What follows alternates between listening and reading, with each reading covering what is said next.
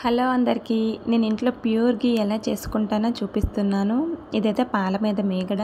ఒక 20 నుంచి 1 మంత్ వరకు ఫ్రిడ్జ్లో స్టోర్ చేసి ఉంచేస్తాను అనమాట. ఇదేమో కోల్డ్ వాటర్ వేసి మొత్తం అంతా మిక్సీ చేసేసి బటర్ నుంచి పాలు ఇలా సపరేట్ చేసేసి ఉంచేస్తాను. ఇలా చేయడం వల్ల ఏమవుతుందంటే మనకి గోదావరి తక్కువగాను నెయ్యి అనేది ఎక్కువగాను వస్తుంది. ఈ బటర్ అంతా మళ్ళీ వేరే వాటర్లో వేసి ఆ తర్వాత నెయ్యి అనేది మరగపెడతాను అనమాట. అడుగు మందంగా ఉన్న కళాయిలో మనం బటర్ అంతాను వేసేసి సిమ్లో పెట్టుకొని అలా కలుపుతూ ఉండాలి. కలపడం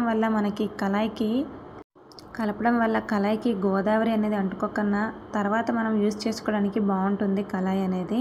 కొంతమంది ఏం చేస్తారంటే అది అలా వేసి ఉంచేస్తారు. అలా అయితే కొంచెం అక్కడక్కడ మరుగుతుంది, అక్కడక్కడ మరగదు. కలపడం వల్ల మనకి అడుగు కూడా అంటుకోకుండా ఉంటుందన్నమాట.